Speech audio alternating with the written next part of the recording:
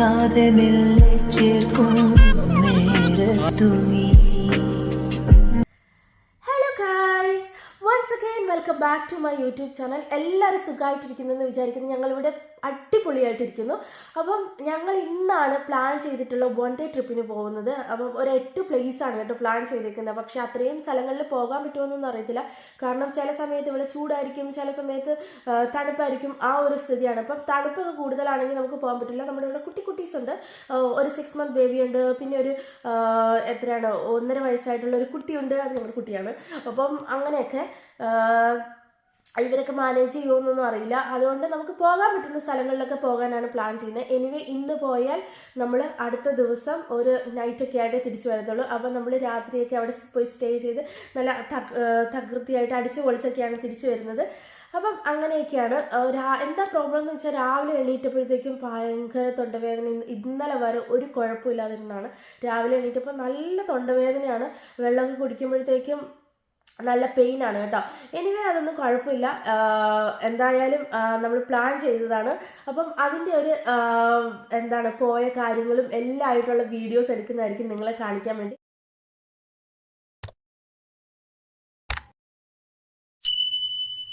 മിന്നൂസേ മിന്നൂസേ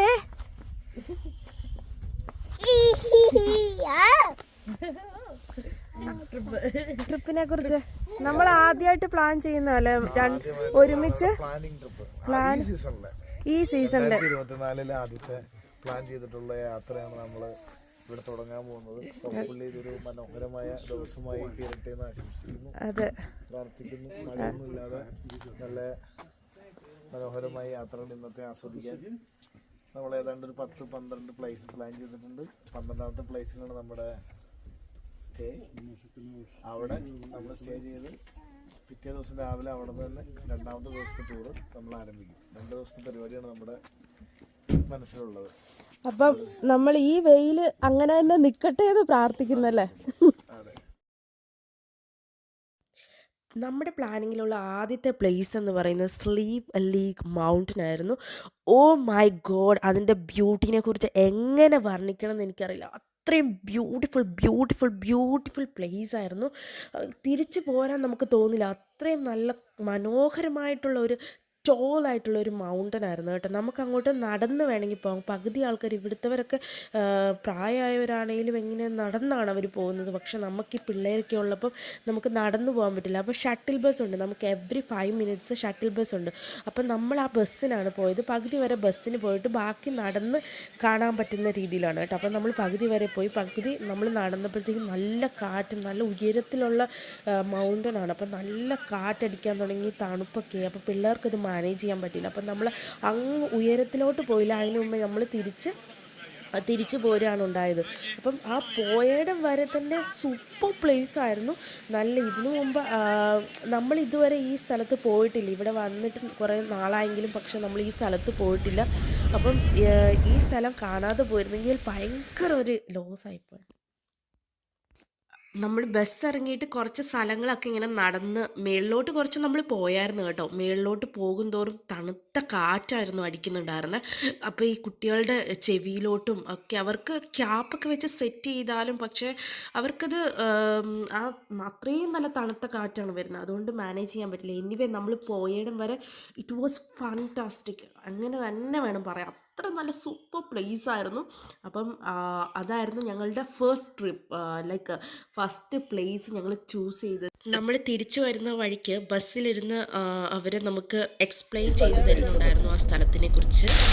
Next hill down is Knocknarea, or the King's Mountain. Legend tells us that's where Queen Maeve is buried, standing up, looking out over the Atlantic. She was അങ്ങനെ നമ്മൾ 2-3 place കൂടെ പോയി visit ചെയ്തു. അത് കഴിഞ്ഞ് നമ്മൾ ആകെ അങ്ങ് ടയേർഡായി. അപ്പോൾ ഫുഡ് കഴിക്കാൻ വേണ്ടിയിട്ട് എവിടെയെങ്കിലും ഒരു നല്ലൊരു പ്ലേസ് കിട്ടി ഞങ്ങൾ ഓടുമായിരുന്നു കേട്ടോ.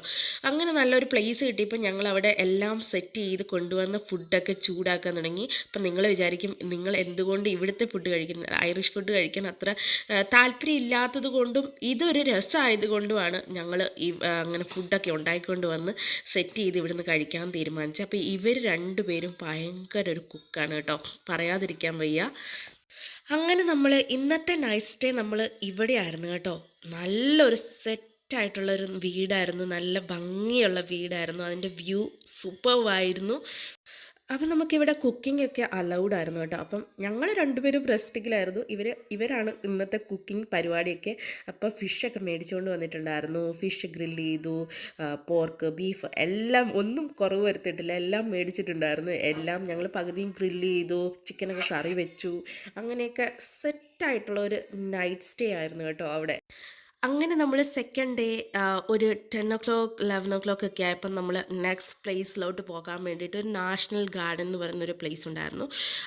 അവിടെ ചെന്ന് അവിടെ ഒരു കാസിൽ ആൻഡ് ഗാർഡൻ ഉണ്ടായിരുന്നു. ഇവിടുന്ന് ഒരു ഏകദേശം ഒരു 5 minutes ബസ്സിന് 5 minutes or 4 minutes ഉണ്ടായിരുന്നു. അപ്പം നമുക്കിവിടുന്ന് ഷട്ടിൽ ബസ് ഉണ്ട്. അപ്പോൾ ഞങ്ങൾ ഷട്ടിൽ ബസ്സിന് പോകുന്നതാണ് കേട്ടോ ഇത്. അപ്പോൾ എല്ലാവരും കൂടെ സെറ്റായിട്ടിരുന്നു. കൊച്ചിനെ ഫ്രണ്ടിൽ സ്റ്റോളറിലിരുത്തി, അവളവിടെ സെറ്റായി. അങ്ങനെ ഞങ്ങളെല്ലാവരും നല്ല ഹാപ്പി ആയിട്ട് ഇത് കാണാൻ വേണ്ടി പോകുന്നതാണ് കേട്ടോ. ഭയങ്കര എക്സൈറ്റഡ് ആണ്. അങ്ങനെ അപ്പം ആളിവിടെ സെറ്റാണ്, ആളെന്തൊക്കെയോ പണിയാണ് ഇവിടെ. അപ്പം അവൾക്കിഷ്ടമാണ് പുറത്തൊക്കെ ഇറങ്ങി. ഈ സ്റ്റോളിലിരിക്കുന്ന അത്ര വലിയ താല്പര്യമൊന്നുമില്ല. ഇങ്ങനെ വെറുതെ നടക്കാൻ വിടുവാണെങ്കിൽ ഭയങ്കര താല്പര്യമാണ്, ഓടിക്കോളും അങ്ങനെയൊക്കെ. അപ്പം അതൊക്കെ ആയിരുന്നു.